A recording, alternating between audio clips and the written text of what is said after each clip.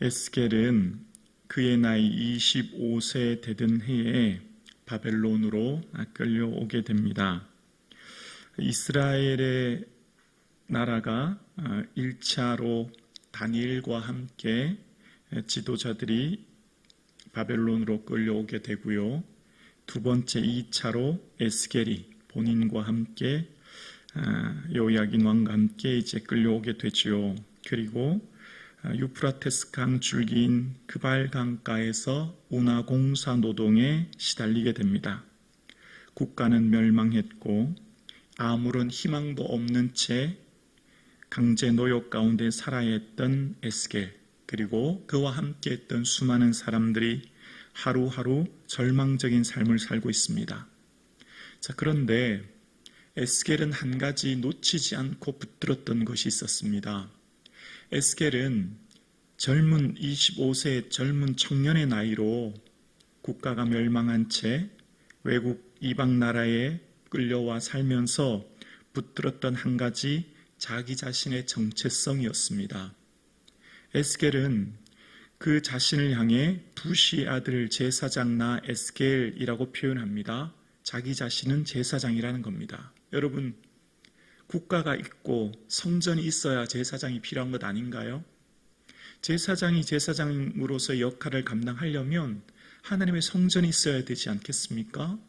지금 현재 예루살렘 성전이 무너지고 이스라엘, 유다 또한 멸망하고 있는 상황입니다.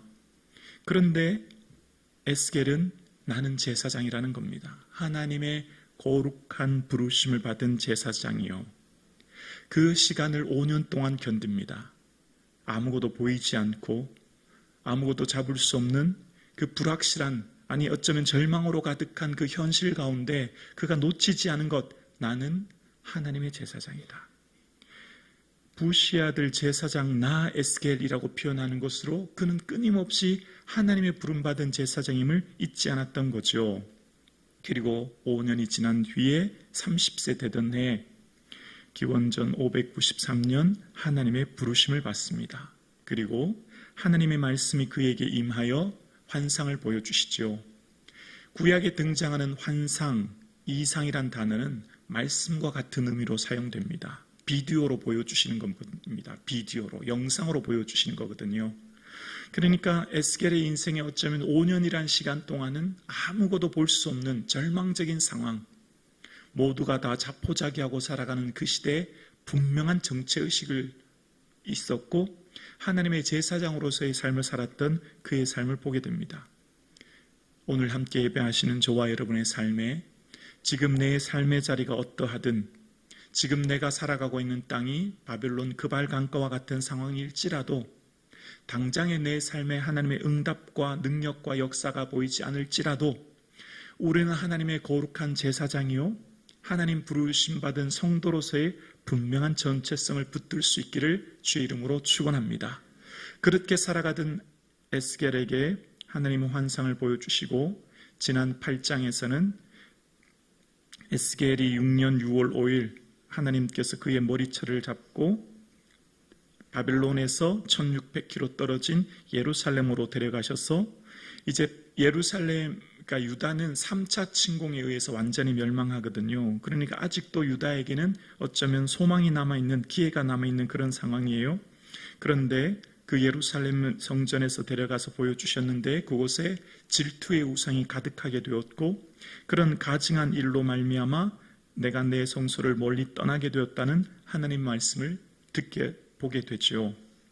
그래서 주님께서는 그런 환상을 보여주신 후에 지난 시간 9장에 보면 9장 4절에 보았던 것처럼 모든 가증한 일로 말미암아 탄식하며 우는 자의 이마에 표를 그리라 말씀하셨고, 주님께서는 마치 6월절 문설주에 발랐던 피처럼, 여리고성이 무너질 때 라합이 창에 메었던 붉은 줄처럼 탄식하며 우는 자에게 이마에 표를 하게 하심으로 예루살렘 심판의 때에 그를 구원해 주실 것을 말씀하고 계신 것을 보게 됩니다. 하나님께서 찾으시는 사람은 예루살렘을 향해 탄식하며 우는 자를 찾고 계신 것이죠. 하나님께서는 이스라엘 백성들을 부르셨을 때 처음 모세를 통해 부르셨을 때 하나님께서 이스라엘에게 하셨던 말씀이 세계가 다 내게 속했다. 너희가 내 말을 잘 듣고 내 언약을 지키면 모든 민족 중에 내 소유가 되고 너희가 내게 대하여 제사장 나라가 되고 거룩한 백성이 될 거야. 그렇게 말씀하셨거든요. 이스라엘 백성들은 어떤 나라이죠? 제사장 나라가 된다는 거예요. 제사장이라는 것은 다리 놓는 사람이라는 겁니다. 화해의 중보자로 세우시겠다는 거예요. 하나님은 하나님의 백성을 세우신 이유가 그들을 제사장으로 부르셨고 그들을 중보자로 부르셨던 겁니다. 그래서 하나님께서는 오늘 저와 여러분의 삶도 마찬가지입니다. 우리를 부르신 이유, 오늘 예배하는 저와 여러분을 부르신 이유는 하나님의 제사장으로 부르셨고 이 백성, 이 시대, 이 공동체, 이 나라와 민족, 이 사람들과 하나님을 중보하는 제사장으로 우리를 부르셔서 이 시대를 보고 애통하고 이 시대를 보고 탄식하고 이 시대를 보고 울며 기도하도록 우리를 부르신 것이죠. 그래서 하나님께서는 그 시대마다 사람을 통해 역사하셨고 일하시는 것을 보게 됩니다. 그래서 주님께서 찾으시는 그 사람을 인하여 하나님이 일할 사람을 찾고 계심을 보게 됩니다. 에스겔서 22장 30절에 보면 에스겔서 22장 30절에 이런 말씀이 있습니다.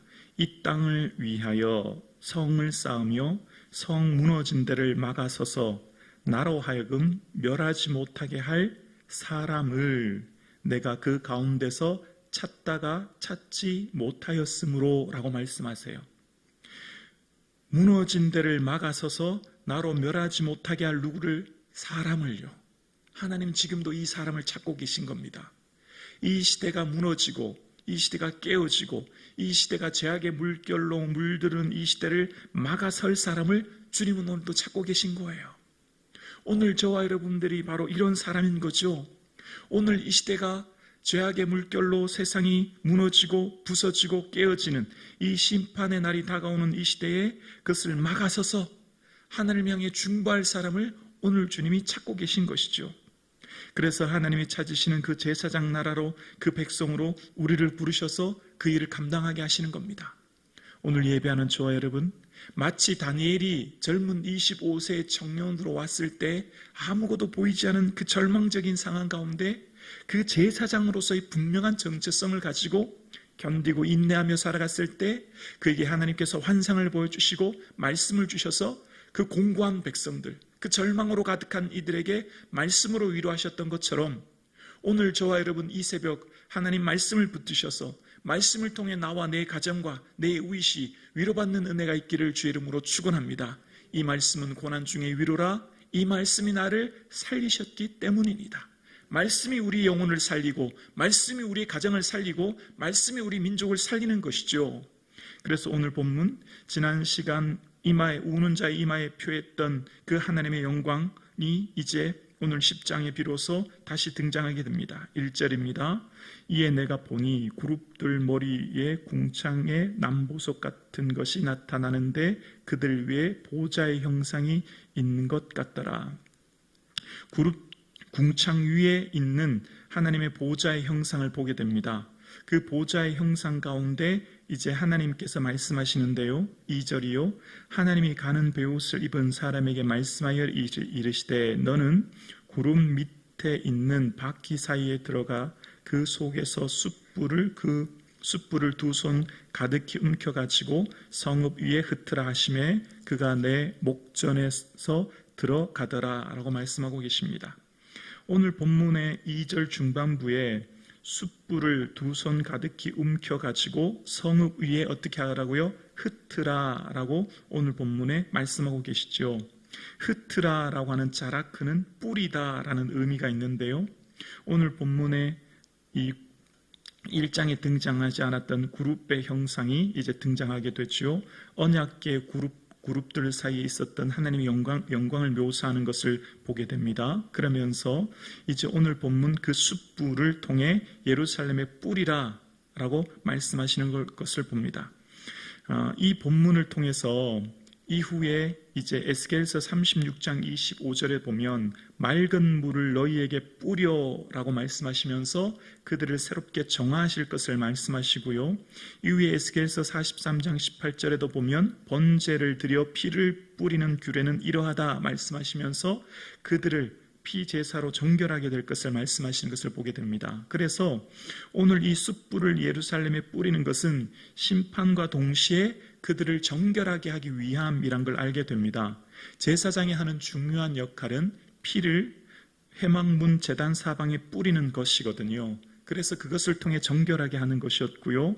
그래서 베드로 전서도 1장 2절에 보면 예수 그리스도의 핏뿌림을 얻기 위하여 택하심 받은 자들에게 편지한다 라고 이야기하죠. 예수 그리스도의 그 피로 말미암아 우리가 정결하게 되는 것을 이야기하는 것입니다.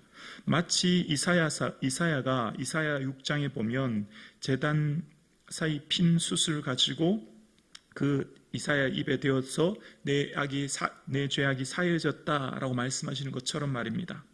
그래서 오늘 본문의 이 예루살렘 성전에 하나님의 숯불을 뿌리심으로써 하나님께서는 그들에게 심판과 동시에 그들의 모든 삶을 정화시키기 위한 것을 보게 돼요. 야고보서 1장 3절에 보면 이는 너희 믿음의 시련이 인내를 만들어내는 줄 알미라 라고 이야기하는데요. 여기 시련이라고 하는 원어의 뜻은 채를 치다라는 의미가 있습니다. 여러분, 채를 치는 건 뭐죠?